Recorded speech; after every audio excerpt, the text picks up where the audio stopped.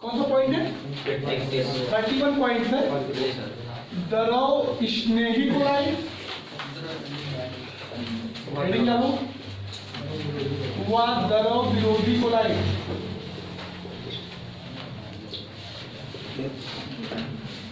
आपको पता होगा हम लोग पॉइंट वाइज पढ़ते जा रहे हैं और ये 31 31वां पॉइंट है केमिस्ट्री का, जिसमें हमें सीखना है द्रव स्नेही क्लोराइड और द्रव विरोधी क्लोराइड। पहले से लिख लेते हैं, बहुत शॉर्ट में आपको लिखना है, छोटे कम भाषा में ज्यादा चीजों को बताना है, लिखेंगे। आपको कल कुछ फैक्ट बताए गए थे क्रिस्टलाव और कोलाइड।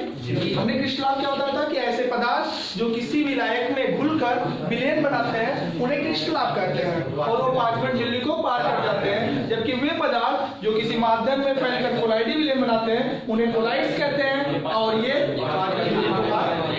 तो उन कोलाइडों के दो प्रकार हैं, जो कोलाइडी विलयन बनाते हैं वो दो तरह के होते हैं, एक लिक्विड लविंग होते हैं और एक लिक्विड हेटिंग होते हैं। इसको लिक्विड लविंग या द्रव स्नेही कहते हैं, दूसरे वर्ड में लियोफिलिक भी कहते हैं, और इसको हम द्रव विरोधी या लिक्विड हेटिंग, हेट करने का मतलब विरोध करना, लव करने का मतलब अफेयर मानना, और इसको लियोफोबिक भी कहते हैं इंग्लिश में।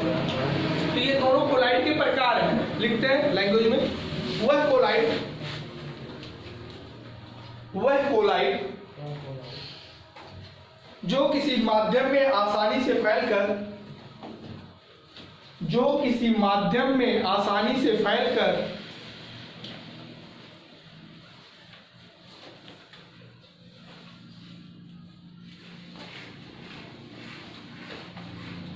कोलाइडी विलयन बना लेते हैं,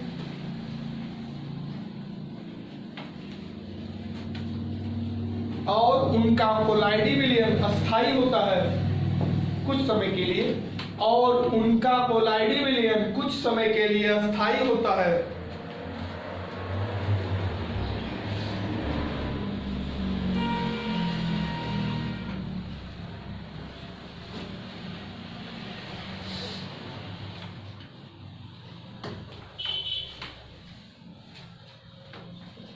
द्रव स्नेही कोलाइड कहलाते हैं।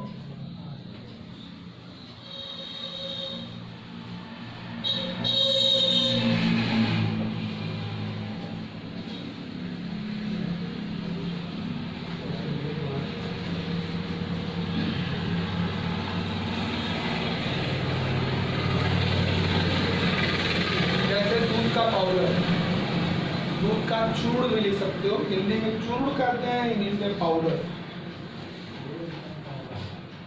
दूध का पाउडर आता है कि नहीं है मूल का, बच्चों को खिलाने के लिए वो एक कोलाइड्स होता है, कोलाइडी विलयन बनाता है और वो द्रव स्नेही होता है। नीचे लाइन में उल्टा इसका डिफिनेशन बताएंगे। वह कोलाइड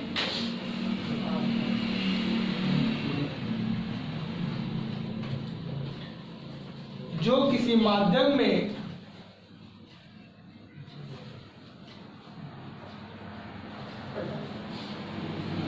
आसानी से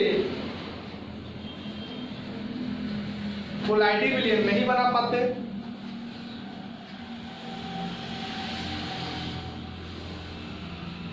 और जिनका कोलाइडी विलयन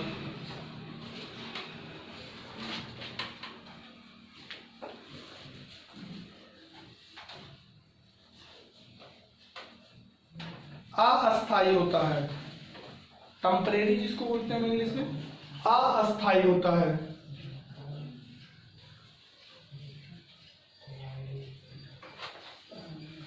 द्रव विरोधी कोलाइडी विलयन द्रव विरोधी कोलाइड कहलाते हैं, द्रव विरोधी कोलाइड कहलाते हैं।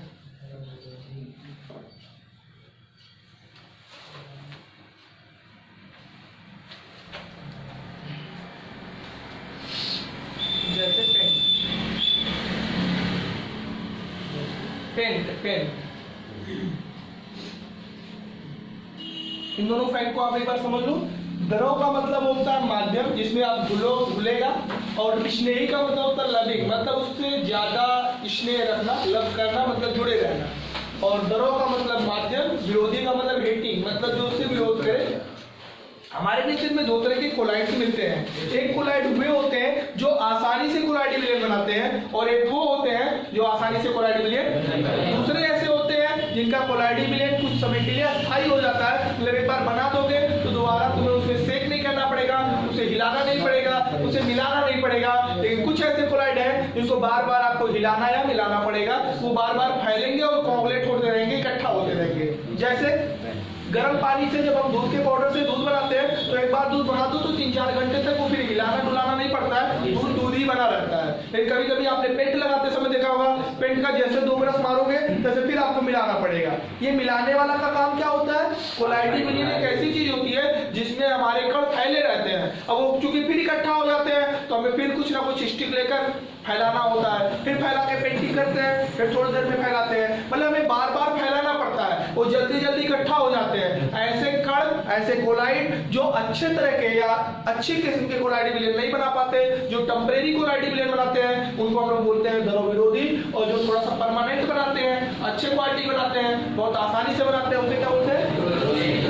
दवा खाते समय भी देखा होगा, कुछ टेबलेट को पानी में रख दो, अपने आप घर के कोलाइडी विलयन बन जाता है, फिर कुछ को दबाना पड़ता है, कुछ करना पड़ता है, तो वो प्रेशराइज करने के बाद ही वो गलता है, और वो भी आसानी से गलता। खेतों में दवाई डालते समय भी देखे हुए कई पाउडर्स आते हैं, पानी में डालो, घोलो, तुरंत झाग बन के फेड सोल्यूशन तैयार। फिर कुछ को हाथ से मसल के मिलाना पड़ता है, जल्दी मिलता नहीं है। मतलब दोनों ही कोलाइडी विलयन बनाते हैं, लेकिन दोनों में फर्क है कि कुछ लोग आसानी से बना लेते हैं, जो द्रव कोलाइड चलाते हैं, और कुछ लोग आसानी से हम क्या बोलते हैं, ये अस्थायी होते हैं, परमानेंट होते हैं, 2-4-10 घंटे के लिए परमानेंट रहेंगे, लेकिन ये अस्थायी होते हैं, 2 घंटा नहीं चल पाएगा, 1 घंटे के बाद ये कोगुलेट हो जाएंगे, इकट्ठा हो जाएंगे, फिर उसको आपको डंडे से या हाथ से मिलाना पड़ेगा या सेक करना पड़ेगा। तो उस तरह हम लोग द्रव विरोधी और द्रवशून्य को डिफाइन करते हैं। इसको हम लियोफिलिक कोलाइड्स बोलते हैं, इसको लियोफोबिक बोलते हैं, दूसरे वर्ड में लिक्विड लविंग या लिक्विड हेटिंग। नेक्स्ट पॉइंट, परिचित परावस्था व परिक्षेपण माध्यम। 32 नंबर है परिक्षिप्त प्रावस्था।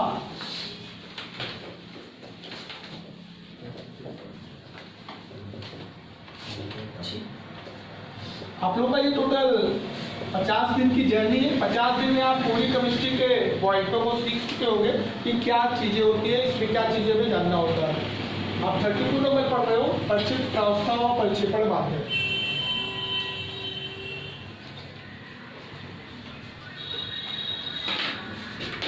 आपको पता होना चाहिए कि जैसे हमारा विलयन में बाइनरी सॉल्यूशन की बात करें, द्विआधारी विलयन की बात करें, तो उसमें 2 लोग होते हैं, एक विलय और एक विलायक। विलय वो होता है जो घुलता है, जिसकी मात्रा कम होती है, और विलायक वो होता है जो घोलता है, जिसकी मात्रा। ऐसे कोलाइडी विलयन में भी 2 लोग होते हैं, एक फैलता है और एक किसी में फैलता है। जो फैलता है वो होता है परिक्षिप्त प्रावस्था, और जिसमें फैलता है वो परिक्षेपण माध्यम। जैसे आपने देखा होगा दूध के पाउडर को पानी में डाल दो तो दूध का पाउडर पानी में घुल जाएगा या फैल जाएगा? फैल जाएगा, क्योंकि वो विलयन नहीं बनाएगा। और नमक को पानी में डालो तब घुल जाता है, घुलने की वजह से नमक का विलयन बनाता है, लेकिन दूध का पाउडर घुलता नहीं है, फैलता है, और वो कोलाइडी विलयन बनाता है। अगर आप नमक को पानी में डाल लो तो वो घुलकर विलयन बनाता है, इसलिए नमक कहलाएगा विलय और पानी कहलाएगा विलायक। लेकिन अगर हम दूध के पाउडर को डालते हैं तो विलयन नहीं बनाएगा, वो फैलेगा, उसमें फैलकर कोलाइडी विलयन बनाएगा। अब हो जाएगा दूध का पाउडर परिक्षिप्त प्रावस्था और पानी हो जाएगा परिक्षेपण। जो फैला वो परिक्षिप्त प्रावस्था, जिसमें फैला वो परिक्षेपण। डिफाइन कर लेंगे किसी भी कोलाइडी विलयन की वह घटक, किसी भी कोलाइडी विलयन में वह घटक, घटक का मतलब हिस्सा, कंपोनेंट, किसी भी कोलाइडी विलयन का वह घटक जो फैलता है,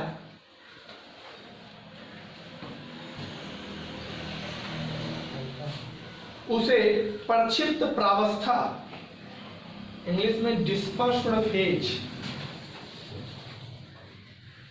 परिक्षिप्त प्रावस्था कहते हैं। और जिस माध्यम में फैलता है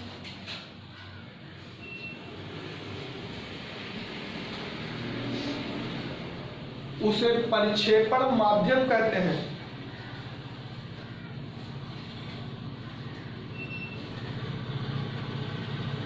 उसे परिक्षेपण माध्यम कहते हैं।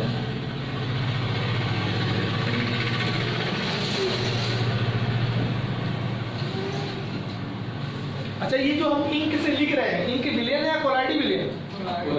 कोलाइडी विलेन है। जब सूख जाए ना तो ऐसे हाथ से देखो तो उसमें दाना दाना आपको मिलेगा, पाइटल विलायक के कण मिलेंगे। इंक पहले सूखा पाउडर होता है जिसको एल्कोहल में डाल के फैलाया जाता है। मतलब इंक को जब हमें यूज करना चाहिए तो उसे क्या कर लेना चाहिए? सेक कर लेना चाहिए, क्योंकि वो कोलाइडी विलेन है। विलेन को सेक नहीं करना होता है, लेकिन जहाँ जहाँ कोलाइडी विलेन होता है उसे सेक करना पड़ता है। जैसे आपने कफ सिरप पिया होगा, जब भी आप दवा पियोगे कफ का, जुकाम का, तो वो सिरप हमेशा सेक करके पिया जाता है, क्योंकि वो कोलाइडी विलेन होता है। आपने नखूनी लगाते समय देखा होगा, नेल पॉलिश भी कोलाइडी विलेन है, तो उसको औरतें पहले उसको सेक कर लेती है, फिर लगाती है। क्यों? क्योंकि उसमें अच्छे से फैलाना पड़ता है। वो विलेन नहीं है, कोलाइडी विलेन है। ऐसी कंडीशन में जो भी फैल जाएगा, जैसे नेल पॉलिश में जो नेल का पॉलिश होता है वो होता है परक्षेप प्रावस्था, वो फैलता है ग्लिसरीन में। उसमें जो मिलाया जाता है क्या होता है? ग्लिसरीन प्रक्षेपण माध्यम का कार्य करता है। इस इंक में आप देखोगे तो इंक का पाउडर है परक्षेप प्रावस्था, और ये मिलाया गया अल्कोहल में, तो अल्कोहल क्या कराएगा?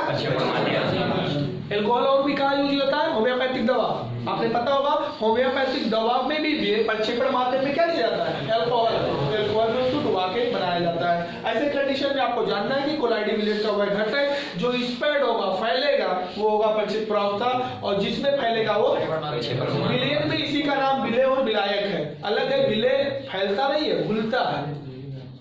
जो पदार्थ घुल जाता है उसे विलेय कहते हैं, जिसमें घुल जाता है वो विलायक। और जो घुलने वाले पदार्थ है वो क्रिस्टलाभ है, जो फैलने वाले पदार्थ है वो कोलाइड है। कोलाइड दो तरह के होते हैं, एक द्रवस्नेही और एक, कुछ लोग आसानी से घुल फैलते हैं जो द्रवस्नेही है, और कुछ लोग बहुत आसानी से नहीं फैलते, टेम्परेरी कोलाइडल बनाते हैं, तो उसको हम द्रवविरोधी भी कहते हैं। अगला पॉइंट क्लियर हो जा रहा है ना? अगला बोलो। ब्राउनी गति व टिंडल प्रभाव। ब्राउनी गति व टिंडल प्रभाव, तो आपको पूरी केमिस्ट्री और पूरी फिजिक्स को समझने के लिए 3 स्टेप में पढ़ाई करना है। जैसा कि हमने बताया था, पहले आपको पूरी हेडिंग जानना पड़ेगा, पूरे पॉइंट्स को जानना होगा। पॉइंट्स के बाद में दूसरे नंबर पे आप लोग उसके पूरे डेरिवेशंस जहाँ पे हैं और फार्मूला एनालिसिस करेंगे, फिर न्यूमेरिकल प्रैक्टिस करेंगे, और फिर एग्जाम प्रैक्टिस करेंगे। तब आप पूरी केमिस्ट्री या फिजिक्स को सीख पाओगे। अभी हम लोग हेडिंग पढ़ रहे हैं। हमें ये जानना है कि ब्राउनी का तो टिंडल प्रभाव क्या है। ये दोनों ही कोलाइडी विलेन से मिलते जुलते इफेक्ट होते हैं। इनको ब्राउन, रॉबर्ट ब्राउन का नाम सुना, उन्होंने इसको ऑब्जर्व किया तो अपने नाम से दे दिए, और टिंडल भी एक साइंटिस्ट थे, उन्होंने इसको भी ऑब्जर्व किया तो ये भी उन्होंने दिए। इसको हम दोनों को लिखने से पहले बता दें। कोलाइडी विलेन जब बनाया जाता है तो उसमें एक माध्यम होता है कि नहीं? माध्यम मतलब जिसमें फैलता है। अब वो पानी हो सकता है, अल्कोहल हो सकता है, ग्लिसरीन हो सकता है, और इसमें कौन वाले कण घूमते हैं? कोलाइडी कण। कौन कण घूम रहे हैं? कोलाइडी कण मिल जाते हैं या फैल जाते हैं? फैल जाते हैं। अच्छे वाले होंगे तब ज्यादा देर तक फैले रहेंगे, और द्रव विरोधी होंगे तब सिकुड़ जाया करेंगे, तो बार बार आपको फैलाना पड़ेगा। ऐसी कंडीशन में ये कणों को जब रॉबर्ट ब्राउन ने ऑब्जर्व किया तो इनके एक कण की गति को देखे तो कण बहुत रैंडम मोशन कर रहा था। कैसा मोशन था? रैंडम मोशन कर रहा था। ऐसे गति किसी भी कण का जिग-जैग मोशन, इधर उधर का गतियां क्या कहलाती है? ब्राउनी गति। इसको आपने कभी नेचर में देखा?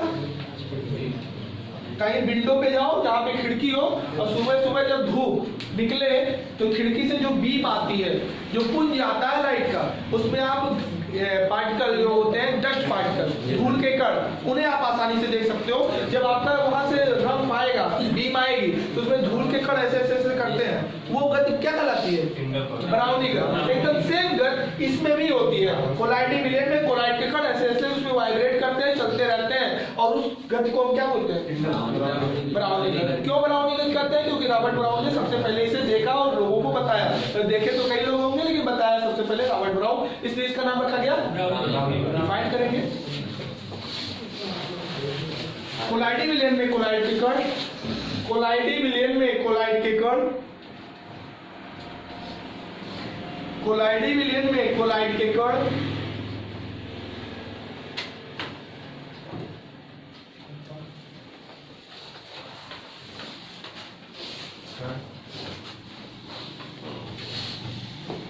अनियमित और अनियंत्रित गति करते रहते हैं। अनियमित, अनियमित मतलब इधर उधर कोई नियम नहीं होता उनका। अनियमित और अनियंत्रित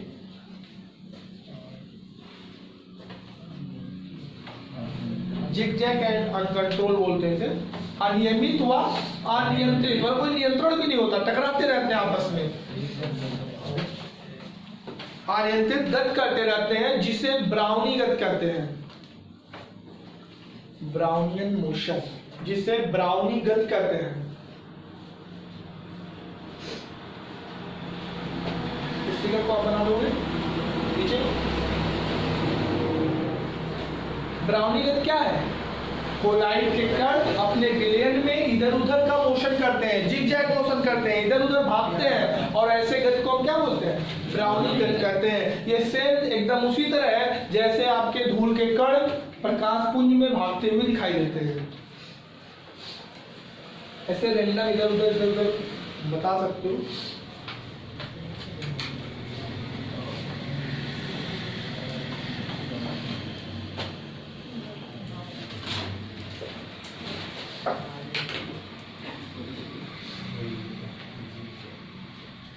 ओके, ब्राउनी का समझ में आ रहा है? रॉबर्ट ब्राउन ने सबसे पहले ऑब्जर्व किया कि कोलाइड के कण कोलाइडी विलयन में जिगजैग मोशन करते हैं, टेढ़ा मेढ़ा गति करते हैं, एक अनियंत्रित गति करते हैं, और इस गति का नाम ब्राउनी गति रखा गया। ये चीजें सबसे पहले उन्होंने ऑब्जर्व किया, इस चीजों को देखा, और ये चीजें आप कैसे फील कर सकते हो? घर पे कभी भी अगर आप लाइट बीम में, सूर्य के प्रकाश के बीम में, पुंज में आप देखोगे तो धूल के कण ब्राउनिंग गति करते हुए नजर आते हैं। वो भी ये कोलाइडी विलयन में आता है। ये जो हमारा कुहासा होता है, कुहासा या तो फॉग, ये भी किस में आता है? कोलाइडी विलयन में आता है। जो आपका फेड होता है, झाग, ये भी किस में आता है? कोलाइडी विलयन में आता है। तो कोलाइडी विलयन को आप देख सकते हो, बहुत बेहतरीन। कोलाइडी विलयन में कण अनियंत्रित गति करते हैं, उसी गति का नाम ब्राउनिंग गति है। नीचे बताएंगे टिंटल वाले को। जब किसी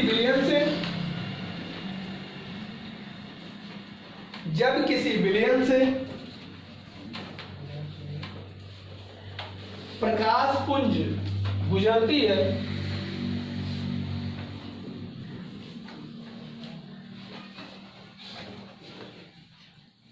तो उसका पथ प्रदीप्त नहीं होता, तो उसका पथ प्रदीप्त नहीं होता।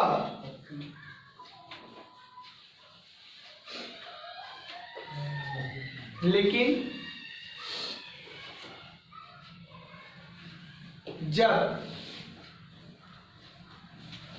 प्रकाश पुंज किसी कोलाइडी विलयन से गुजरती है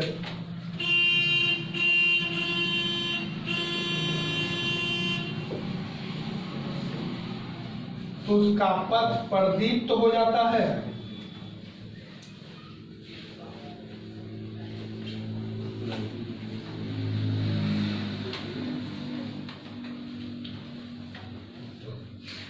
इसे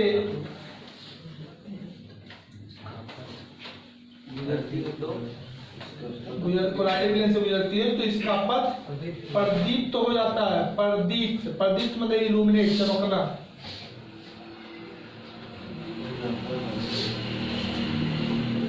इसे सर्वप्रथम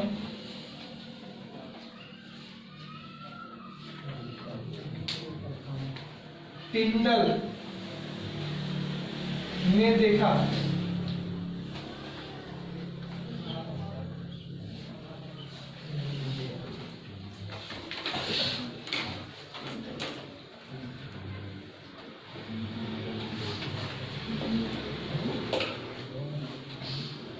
इसलिए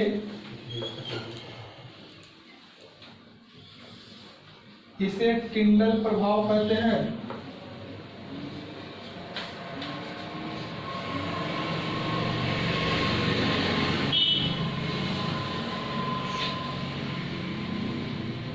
इसमें एक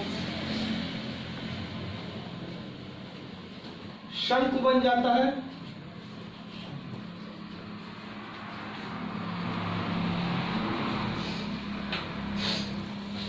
जिसे टिंडल शंकु कहते हैं।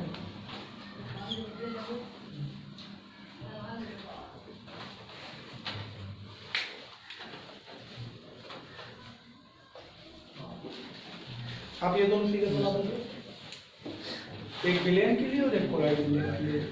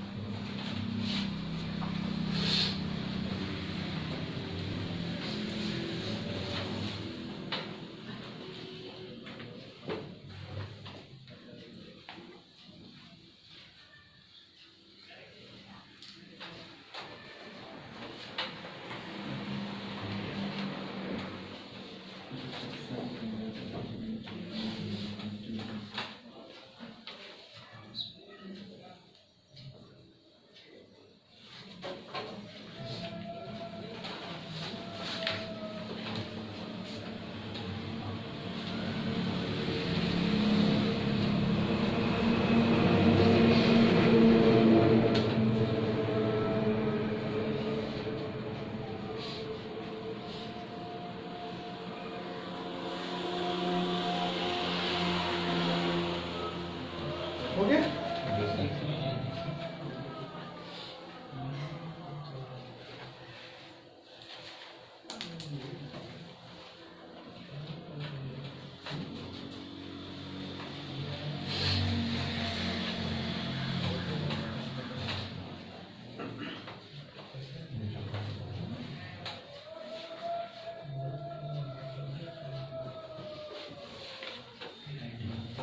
टिंडल इफेक्ट टिंडलसन ने पहले बार ऑब्जर्व किया।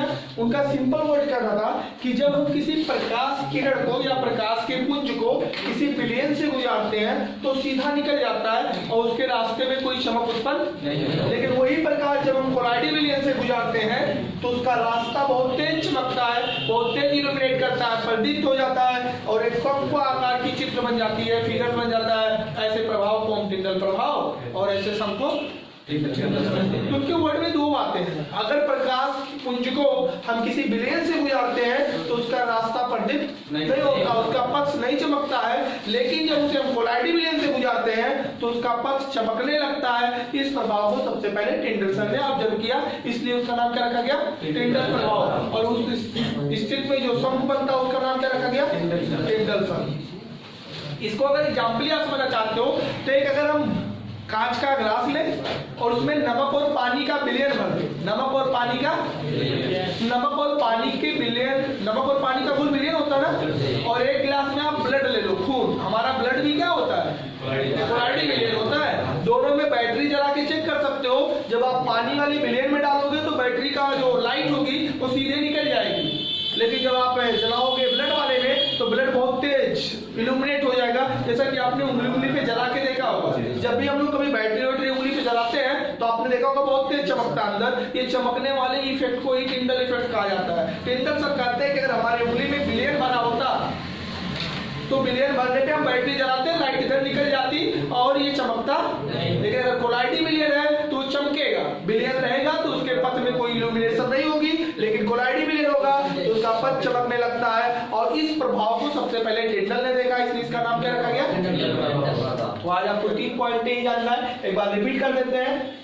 इसके पहले वाला हेडिंग था क्रिस्टल और कोलाइड, वे पदार्थ जो किसी भी माध्यम या विलायक में घुलकर विलयन बनाते हैं उसे हम कोलाइड कहते हैं और ये पार्चमेंट झिल्ली को पार कर जाते हैं। वे पदार्थ जो किसी में फैलकर, किसी माध्यम में फैलकर कोलाइडी विलयन बनाते हैं उसे कोलाइड कहते हैं और ये पार्चमेंट झिल्ली को पार, यहाँ तक कल हुआ था।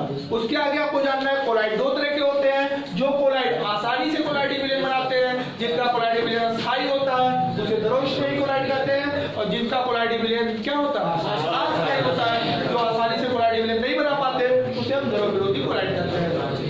किसी भी कोलाइडी विलयन में दोनों घटक में जो घटक फैलता है उसे प्रवस्था कहते हैं और जिसमें फैलता है उसे परिक्षेपण माध्यम कहते हैं। ब्राउनी गति में बताया जाता है कि कोलाइडी विलयन में कोलाइड के कण जिग-जैग मोशन करते हैं, इधर उधर गति करते हैं, अनियंत्रित गति करते हैं। ऐसे गति को ब्राउनी गति करते हैं। लेकिन इसमें बताते हैं कि जब किसी भी विलयन में से प्रकाश पुंज गुजरती है तो उसका पथ प्रदीप्त नहीं होता, अर्थात नहीं चमकता है। लेकिन जब वही प्रकाश पुंज किसी कोलाइडी विलयन से गुजरती है तो उसका रास्ता या पथ चमकने लगता है, बहुत तेज चमकने लगता है। इस प्रभाव को टिंडल प्रभाव और उस स्थिति में बने शंख को टिंडल शंख कहते हैं। आपने इसको भी देखा होगा नेचर में। हमने बताया इसको देखने के लिए आपको किसी भी सनलाइट के बीम में जाके देखो, धूल के कण ऐसे ऐसे वाइब्रेट करते नजर आएंगे, वही वाली गति यहाँ भी हो रही है। और इसको देखने के लिए बचपन से ही जला के देखे होंगे। उंगली पे जब हम लोग बैटरी जलाते हैं तो हमारा पूरा उंगली चमकने लगता है। ये चमकने का कारण टिंडल प्रभाव है। वो टिंडल से वही बता रहे हैं कि जब किसी ब्लड से, अर्थात ब्लड एक कोलाइडी विलयन है, किसी कोलाइडी विलयन से लाइट निकलेगी तो वो चमकने लगेगा, इल्यूमिनेट हो जाएगा। लेकिन जब किसी विलयन से निकलेगा तब नहीं चमकेगा। जैसे 2